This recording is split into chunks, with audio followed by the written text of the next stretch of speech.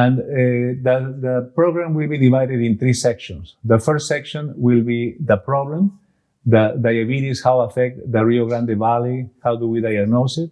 The second section will be the complications of this disease in several parts of the body, in the heart, in the kidneys, in the legs, in the feet. And the last part will be how can we prevent it, as well how can we treat it, this terrible disease. And first we're going to start with Dr. Melanie Castillo. She is an endocrinologist at DHR Health. Dr. Castillo, I would like to start with you. Can you describe to us the burden of diabetes among the Rio Grande Valley community? Thank you, Dr. Mego, of course, and welcome everyone. So definitely diabetes is a problem. It's a worldwide problem. And we know that it's one of the main factors that drives the first cause of death in the world, which is cardiovascular disease. So we know the prevalence of diabetes in all Texas is around 12 to 13%, but here in the Rio Grande Valley is around 30%. So some statistics said that in 2050, around 50% of the population will be diabetic. So that means 1 in every 2 people here in the valley. Right now, it's like 30%, so that would 1 in every 3 around that. So it's a big problem. And but the good news is that nowadays we have a better way to diagnose it in a faster way. And we are getting more awareness of what pre-diabetes looks like. So the first step of becoming diabetic, we can detect it there and we can do something about it. So diabetes is a disease that is easy to diagnose. Like I said, we have different tests. We have, there's this test that are run every time that patients go to a general visit with their primary care physician. So we know that if a patient has an A1C, which is the average of their blood sugar for the past 3 months, and if they have an A1C that is more than 6.5, the patient is already diagnosed with diabetes. We have other ways to diagnose the patients, like if they come with a fasting blood sugar of more than 126, that's another that's another way to diagnose it. Or if they do a glucose tolerant test, which they will give something that is very sweet. They will check the blood sugar after an hour, and they can determine if the blood sugar goes more than 200, the patient is diabetic. So there are many ways that we can diagnose. And like I said, it's a disease that we have to be on the look for because it affects all of our population. And on top of everything, we're seeing the age of diagnosis of diabetes is becoming younger and younger. So when I studied medicine, when I graduated from medical school, it was not so long ago. So diabetes was a disease that type 2, you will only see in adults. But nowadays we have kids, like 5, 6 years old kids that are already diagnosed with diabetes, and obesity is one of the main factors. So it's a disease that affects the valley because of our heritage, Hispanic heritage, because of the food or also the lack of activity. But it's something that we definitely have to be on the look for. Thank you. Such important information. Can you tell us a little bit what are the current recommendations to monitor diabetes complications? I mean, how frequently we need to see an eye doctor, a podiatrist, if there is any current recommendations at this time? Yeah. So once the patient is diagnosed with diabetes, we always have to make sure that we are preventing those complications from happening. So we know that the major complication from diabetes is cardiovascular disease. We also have to make sure that the patients, like the end organs, are affected by diabetes, such as the eye, neuropathy. So we want to make sure that we see our eye doctor at least once a year. And they want to check the retina and make sure that the retina is not being affected by diabetes.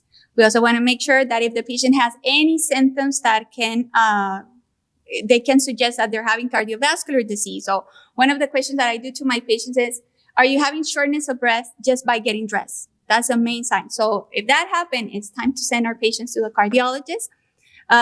We want to make sure that we check every time that you go to see your doctor. They have to check your feet if you are diabetic, because that's how we can see if the patients are having any symptoms of neuropathy, and we can detect if they are at risk of having a wound. And if their wounds are there, Then we will send them to the podiatry or wound specialist in that end. And also, we have to make sure that they have other things in their labs that are well controlled, such as the cholesterol levels. We want to make sure that they have a blood pressure, that the blood pressure is within normal range. We want to make sure that we know what is the renal function of that patient.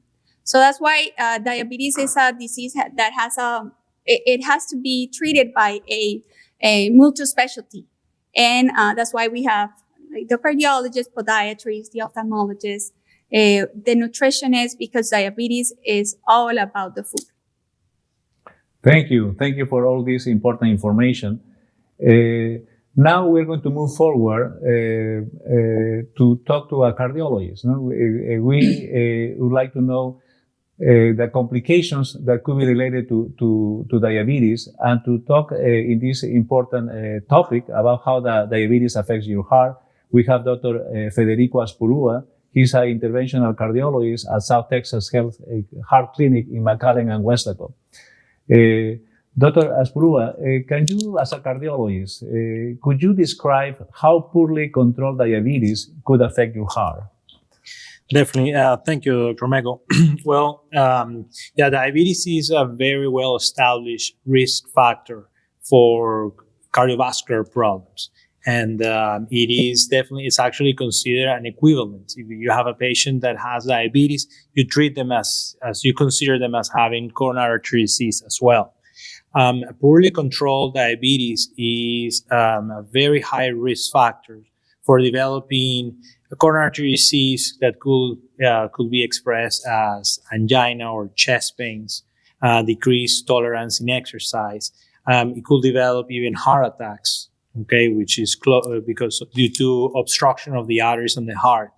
It is also associated with heart failure, okay, weakening of the heart or stiffening of the heart that makes it difficult for the heart to work, and the patients have decreased exercise tolerance, shortness of breath, tiredness, water retention, with swelling the legs. A lot of the times end up in the hospital because they are fluid overloaded from this fluid retention. It's also associated with peripheral arterial disease because the amount of there is an increased plaque built up in all the arteries of the body. We consider all the arteries like one organ. So if you have blockages in the heart, you most likely have a certain degree of blockages in the arteries in the neck going to the brain, in the arteries going to the kidneys, in the arteries going to the legs. And I'm sure Dr. Mego will emphasize and talk a little bit further regarding the legs part. But it's associated with multiple problems. So it's also associated with the strokes, which could be very, very debilitating, and also with rhythm problems. So a poorly controlled diabetes is very detrimental to the health. And I agree with Dr. Castillo that diabetes is a problem. It's mostly a problem of diet. It's mostly a problem of our eating habits and our lifestyles. Okay, the lack of exercise, the high carbohydrate intake, processed foods, lack of eating healthy foods with rich in nutrients and antioxidants like vegetables, certain fruits, unsaturated fats. All these things tends to worsen in diabetes and its control. The lack of sleeping, the lack of stress management, poorly controlled cholesterol, high blood pressure as well. All these things are risk factors. And if we are able to treat them, we're basically treating the base of the problem, and we can actually even avoid having cardiovascular complications or the complications of all the multiple organs that are affected by diabetes. I would even dare to say that you don't need to have a poorly controlled diabetes to cause problems. You could have, even any degree of diabetes will cause problems.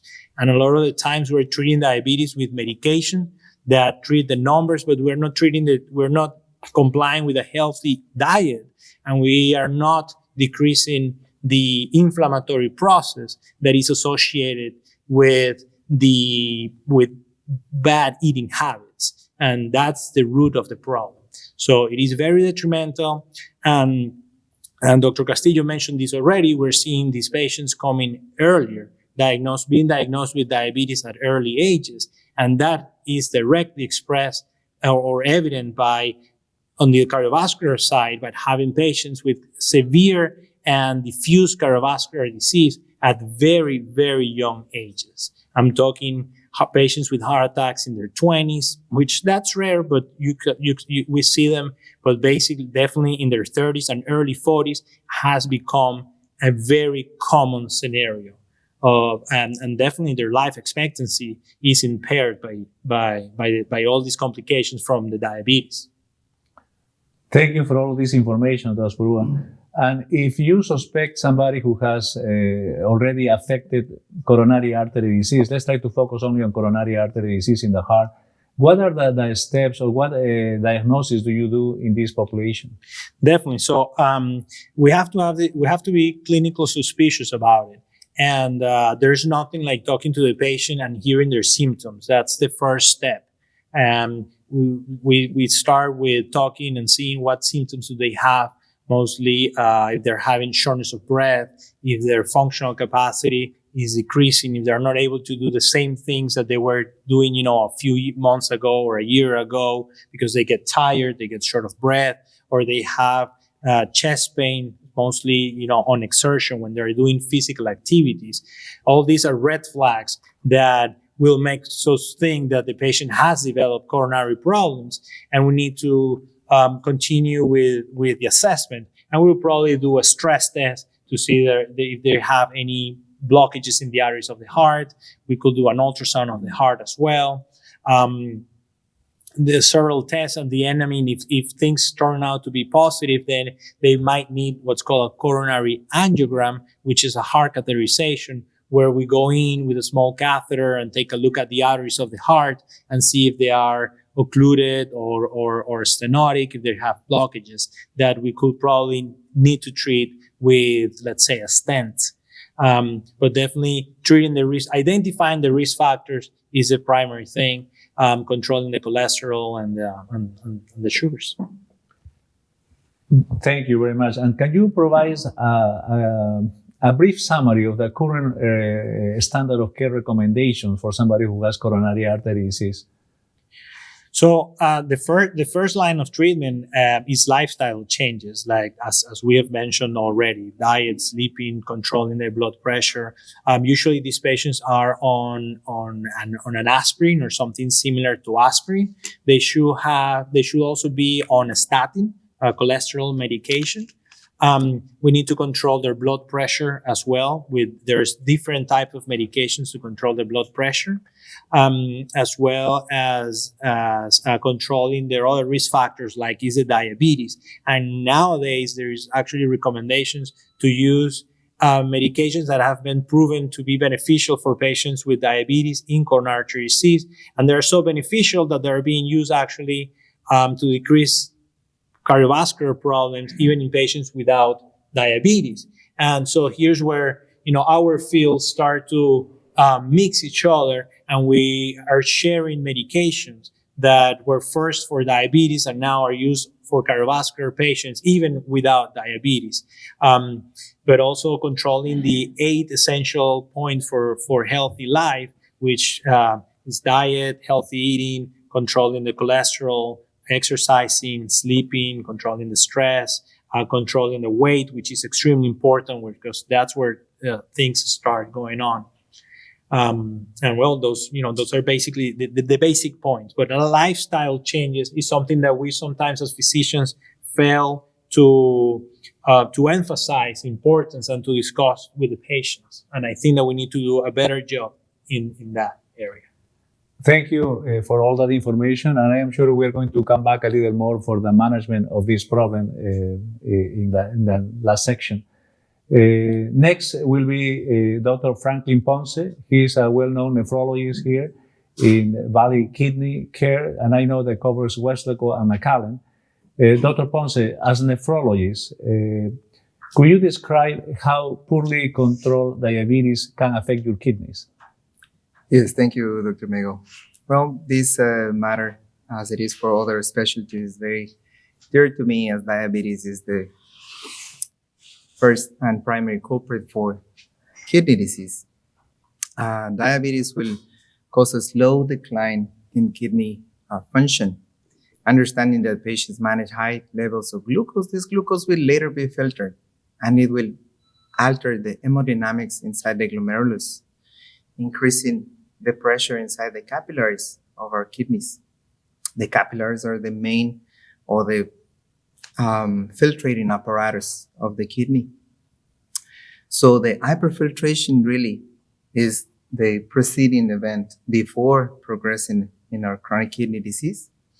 And it really takes time for these events to happen. The course of the disease with diabetes takes a couple years.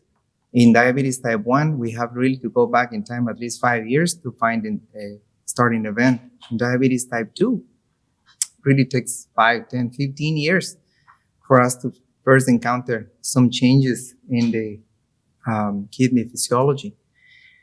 So after this period of time, as the chronic kidney disease progresses and there is a decline in the function, this overlaps with the amount of protein that the patient is losing.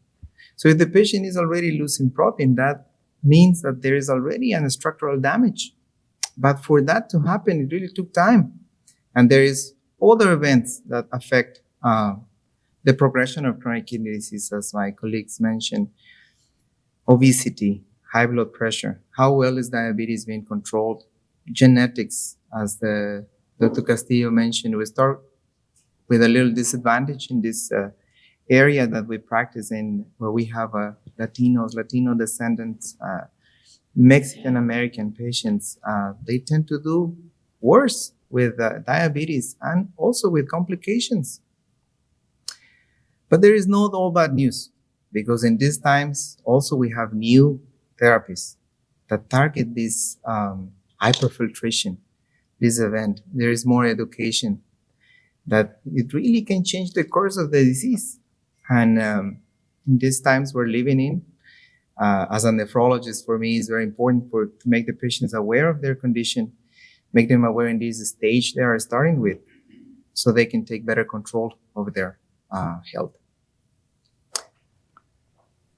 Thank you for this information. If you suspect or you know the patient's kidney function is compromised, if there is any specific protocol or what diagnosis do you do to differentiate the level of compromise in the kidney?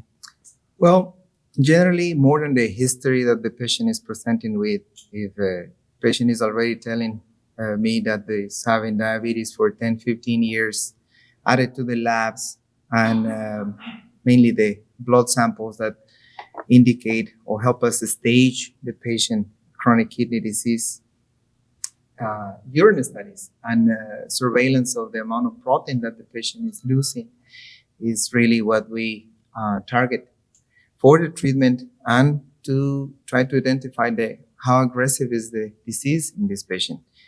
Hardly ever we require a renal biopsy to diagnose diabetic nephropathy. It's all clinical, unless there is any sudden change in the amount of protein that the patient is having or any sudden decline in kidney function, or if he's been diagnosed with other comorbidity or other autoimmune disorder where the biopsy will be indicated. But usually it's just labs and urine studies. And can you tell us about the current recommendations to prevent worsening of kidney function, as well as any treatment in patients who already has advanced kidney disease? Yes. So over the standard of care that we have for years, ACE inhibitors, ARBs, medications that target this concept of hyperfiltration that reduce the pressure inside the kidney, we have new medications coming along and helping us target other parts of the kidney, reducing pressure. By reducing the pressure, you reduce the amount of protein that is being lost. There are new medications for diabetes that promote weight management. By decreasing weight, we decrease blood pressure, and then everything is as my colleague mentioned, everything gets overlapped between multiple specialties. So now we have a medication that is really used for 3 or 4 specialties, but it's for the same objective, decreasing mortality and progression of, in my field, chronic kidney disease. So there are new medications, and Dr. Castillo will bring us hope when she discusses the new therapies that we have. But we do have, and that's the good news. Thank you, Dr. Ponce. And now I will talk a little bit about the compromise of diabetes in the vascular system. That is my specialty. I am Dr. Pedro Mego from Mission Vascular and Vein Institute. And when we talk about diabetes, it's important to remember that diabetes provides a systemic compromise. And diabetes will induce atherosclerotic development and will accelerate the progression. But what is atherosclerosis? No, that Dr. Aspurua mentioned is this disease in which the body will form a lipid inflammatory build-up inside the arteries. And these arteries are going to get narrow, and several times they will get occluded. And these blockages that happens in the arteries usually are systemic. When with these arteries affects the heart, we call it coronary artery disease, and Dr. Aspurua explained it very well, and put the patient at risk for heart attack. If this compromise the neck, we call it carotid artery disease, and will put the patient at risk for a stroke. And if these arteries compromise in the legs, we'll put the patient, we call it peripheral artery disease, and we'll put the risk a patient to the amputation.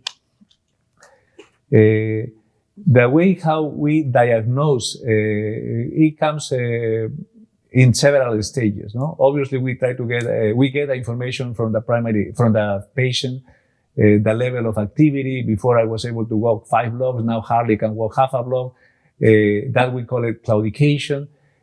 Also, we go in the physical examination. But when we go by testing, there are simple tests called anchor brachial index that several times is done in the primary care office. And this is the way how we diagnose this peripheral artery disease.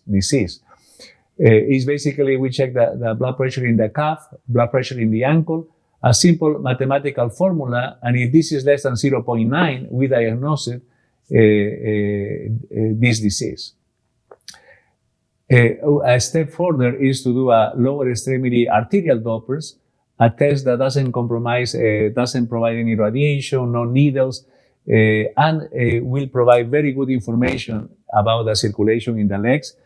And if we go by next step, is an invasive test called a lower extremity angiogram, in which we put usually a small needle in the groin. Usually we pass the catheters to the opposite leg, to the compromised leg. We inject a small quantity of iodine contrast, and we'll check the artery from the inside. If we confirm that this is narrow, and obviously the patient needs it, we'll try to revascularize most of the time in the same setting. It is important to remember when the peripheral artery disease is advanced, we call it critical limb ischemia, and that involves that when the patient has already pain at rest or has an ulcer that is not healing, or the patient already has tissue loss and the toes can turn black, that we call it gangrene. When this happens, per se, having this critical limb ischemia, the prognosis is significantly high. Actually, it's worse than most of cancers that we are very scared of, because having critical limb ischemia already put the patient at very high risk for cardiovascular complications. And something to remember is like we know that technology has improved. In the treatment, we try to do general treatment like a controlling systemic disease, controlling the sugar. We use antiplatelet therapy, similar guidelines to follow about heart disease. We are going to follow the same guidelines. And when we go for the revascularization, technology has improved significantly. And what it used to be done by a vascular surgeon in the hospital, now it can be done by an endovascular specialist in the clinic or in outpatient center and provides a safety environment for this. Going with the next specialist, we are going to go with Dr. Samuel Inu. He is a podiatrist with the foot center here in Weslaco and McAllen. Dr. Inu, as a podiatrist, could you describe how poorly controlled diabetes affect your feet? Thank you, Dr. Mego, and the Rio Grande Valley Diabetic Association for inviting me here, and I'm extremely happy to participate in this meeting. Usually what I tell my patients is your foot is a mirror or manifestation of what's wrong in your body.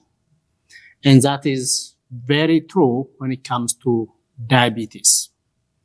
Meaning a poorly controlled diabetes leads to impairment of your circulation, impairment of your nervous system, and then those issues will manifest in your foot in a little bit differently. One is you start developing just randomly callus or hardened skin in your foot. Two, you start developing a wound that doesn't heal. And the reason is what it does, as other experts mentioned, diabetes alter your circulations and also it damages your nerves. So you stop feeling any kind of sensations. So once you don't have these sensations, you can't protect your foot from any kind of harm. Pain is good, but unfortunately in diabetic patients, they say, I don't feel anything, which is very scary, meaning you can't have any kind of cut in your foot. You can wear just really small size shoes and develop a blister. You can have even wounds deep to the bone and you don't feel anything. So those all are manifestations of a poorly uncontrolled diabetes. The other thing is, from musculoskeletal point, when you have uncontrolled diabetes, what will happen is your joints and your tendons becomes dysfunctional to the point they become disorganized and dislocated. It's just like without even falling, your joints and your bones start breaking apart. That is, usually what we call it Charcot foot, to the level like you feel, the bone is broken and the foot is, outside of the leg. And that's usually a manifestation of a poorly controlled diabetes. And it is very vital for patients to realize the effect of diabetes in their foot. Once you see it in, all those characteristics in your foot, it is really kind of advanced stage. So that's how it manifests. Thank you for all this information. And is there any protocol or any test that you use to diagnose the severity of the disease in the feet? I think there is no any particular test specifically to evaluate, how far advanced your diabetes is. But mostly what will happen is when a patient comes with wound and develop, just this disorganized joint and thickened tendon with equinus, meaning the joints are not moving as it used to be, the tendons become stiff and they don't glide anymore. And they start developing callus or developing dry skin. That tells you mostly, it's mostly the X-ray or clinical judgment. Those are really the two measures that I use how advanced your diabetes is. And I think it's very vital for patients to follow up with their podiatrists, primary care doctors, and more importantly with their interventional cardiologist before all this is happening. Because once you reach to the level of dislocated joint or developing a wound in the callus, you require some sort of either surgical intervention because the foot is you gotta use it to walk, and if you are putting a lot of weight and it have to be restructured differently. And if we can catch it, we can do most of those things even without surgery. But once it is advanced, it is extremely hard to cure diabetic foot infections. And in fact, the recurrence is very high. It's about 60%. Once you develop a foot ulcer, there is a 60% chance you develop another wound. Once you have one amputation in your foot, even including one of your toes, there's a high chance you'll have another amputation. There's a 60% chance you'll have another amputation within 3 years. So those are really scary numbers. But I think if we take everything that we are discussing today into account, we can stop it, from progressing to that stage. And is there any, what are the current recommendations to prevent and treat these problems in the feet? It comes to the basic: control your blood sugar. That's really the most important thing, and modifications of lifestyle. In terms of specific, when it comes to your foot, you absolutely need a proper diabetic shoes. That's usually recommended by the podiatrist and primary care doctors.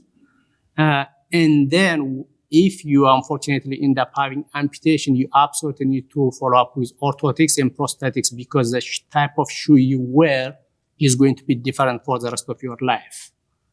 And that is the only way we can avoid, the cascade of amputation after amputation, hospitalization after hospitalization. So those are some of the recommendations I teach my patients on a daily basis. Thank you. Thank you very much for all this great information. And now we have Dr. Alejandro Hernandez from the RGV Wound Care group in Weslaco and McAllen as well. Dr. Hernandez, as a wound care specialist, could you describe how poorly controlled diabetes affect the wounds? Thank you so much, Dr. Mego. Thank you so much, all of you, for being here today, for having me.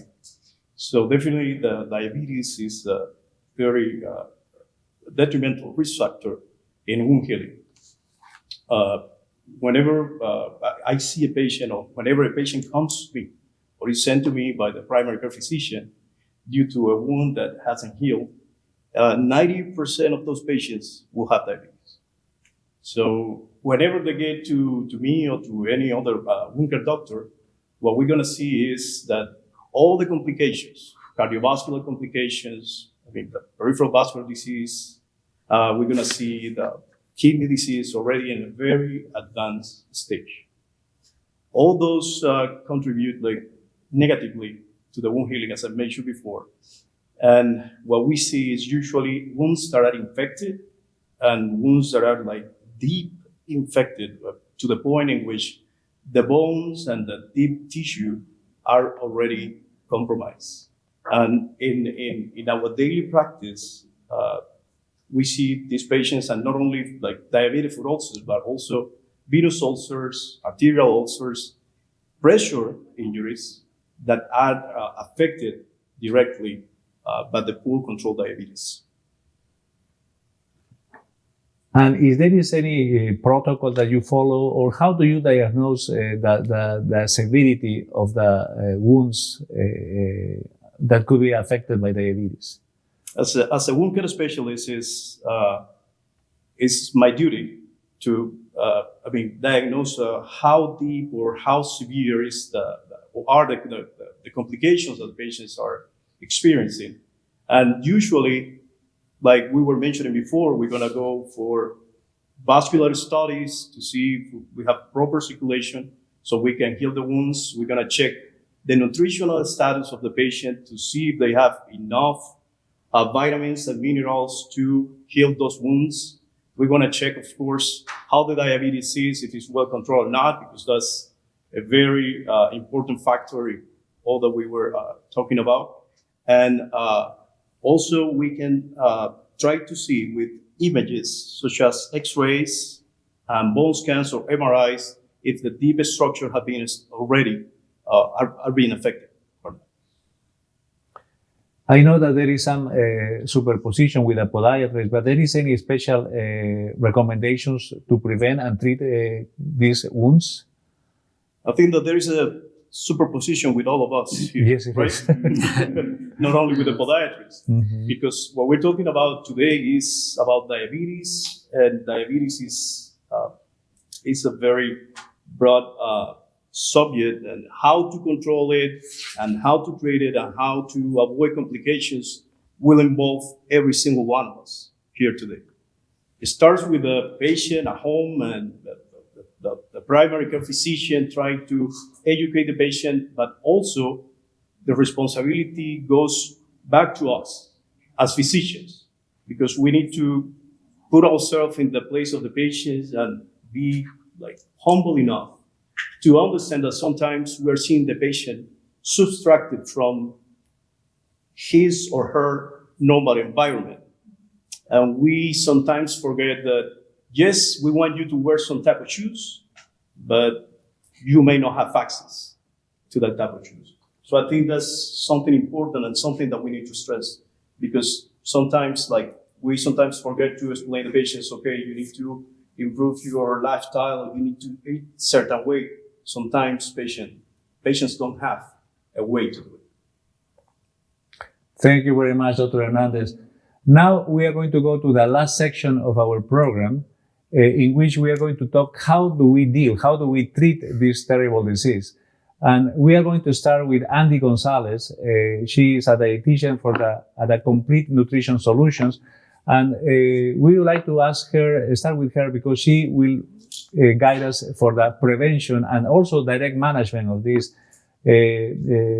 Andy, as a dietitian, could you describe why an appropriate diet is the cornerstone in the prevention and management of diabetes?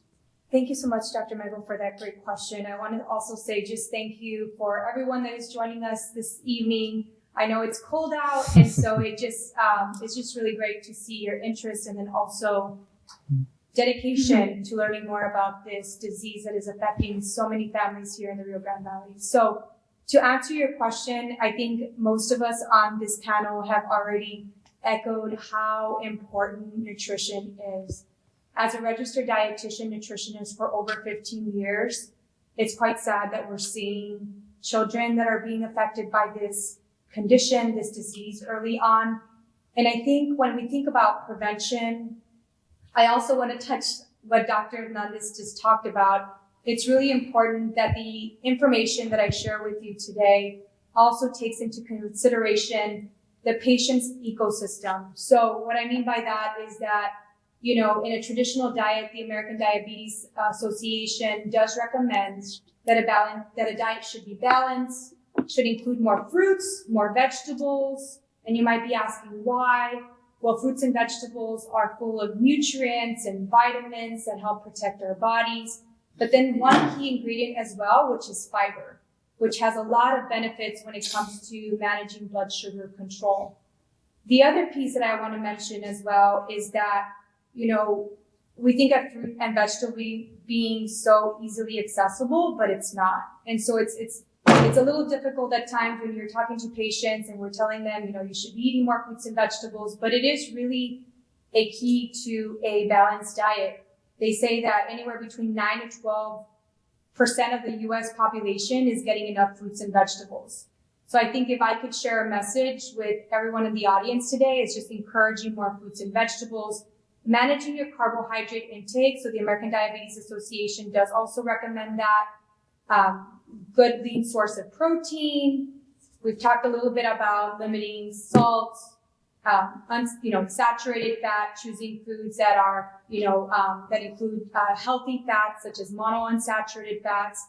And so limiting foods that are processed also have been proven to increase the risk of diabetes management, and then also some of the other comorbidities that we talked about, such as obesity and then high blood pressure and whatnot. But I hope that answers your question. As far as just how to get started, I would encourage more plant-based foods. Fantastic. We are living in an era that a lot of people consider themselves experts, no? And there are plenty of diets. No? What is your opinion? What is your opinion regarding keto diet, no, or intermittent fasting in the management of diabetes? Yeah. So as a researcher myself, I think it's important to recognize that when we look at studies, intermittent fasting has been shown to be proven successful for some individuals. I also want to mention that diets such as keto has also been shown to be successful with some patients. But I also want to mention that nutrition is very individualized. We talked about the ecosystem. I cannot recommend XYZ for a patient if a patient doesn't have access to those resources. The other piece is sustainability, right? So we hear all this information on social media, on TV, from our friends, from our family, from our community. But if it's not sustainable, it's not really going to do what we need it to do long term to really protect our health, create those healthy, sustainable habits that we really do need to either prevent diabetes or manage diabetes. So, while those have been shown to be proven successful, and there is mixed research as well that shows different, I think the biggest message is encouraging more fruits and vegetables, managing your blood sugar, making sure that you are, whether you're, testing your blood sugar daily, connecting with your physician to make sure that if you're not, that you have the resources and technology that you need also to understand that. So a CGM, there's all these moving pieces that are necessary so that you can make better choices as far as blood sugar management. Thank you. Great comments. And we know that insurance coverage, Medicare coverage varies in each patient. What is the current coverage for diabetes education? Yeah, so that is something that I'm very passionate about. So today it does vary insurance by insurance, but one thing that is, we like to educate a lot on is that if a patient is on Medicare and if they're already diabetic, they should be visiting with a dietitian. Medicare covers up to 3 visits a year. While it's not a lot, and again, I'm a little bit biased here because as a registered dietitian, there's been studies to demonstrate that, that easy referral, that accountability partner that we can be really does help manage blood sugar better, helps reduce the A1C. But today, unfortunately, some of these insurances don't cover as we would like to, but I always say, give your patient the benefit of the doubt, refer them out. You don't have to be their primary. Oftentimes, insurance, if they do see a necessity, they will waiver that recommendation. But, my colleagues here that are joining me, I do recommend that you consider a dietitian, a registered dietitian, or a diabetes educator as part of your team, because we really are passionate about how nutrition is so vital against diabetes, prevention of diabetes, and then also just making sure that we increase that quality of life for that patient. Thank you. Excellent information. And just a small parenthesis for all the general public present, please, if you have a question that you would like to ask any of the panelists, feel free to write it down if possible. We can provide some paper probably. And feel free to write a question, and we would would love to after after the presentation, we have a question and answer section. Please feel free to make a question. Now we have been talking about the diets, but after that is also, as a doctors, we treat most of these patients with medications.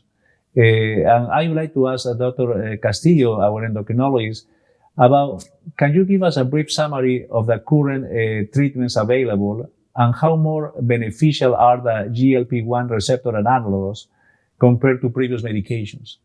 Very good and great question, because right now we live in an era that we have so much more medications to treat diabetes. And we have, like Dr. Aspurua said, we have medications that they are also used in other specialties because of the cardiovascular benefits that they have. So right now we have, many years ago, we only have a few, and some of them will have side effects such as weight gain, which even worsen the diabetes, because we know that weight gain and obesity is one of the main problems for these patients. So right now we have medications that will work in different areas. So some of the medications will make the patients urinate more sugar, will protect the kidneys, will protect the heart.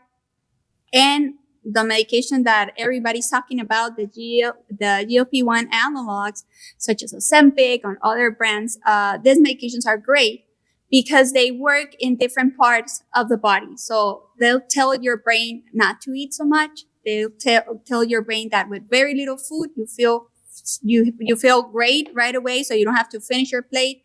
It will increase your metabolism. It will tell your pancreas only to produce insulin when you need it, and it will make you lose weight. So right now we're seeing like a miracle medication, because the patients that were on 5 or 6 medications, that they end up using only one medication, which is only once a week.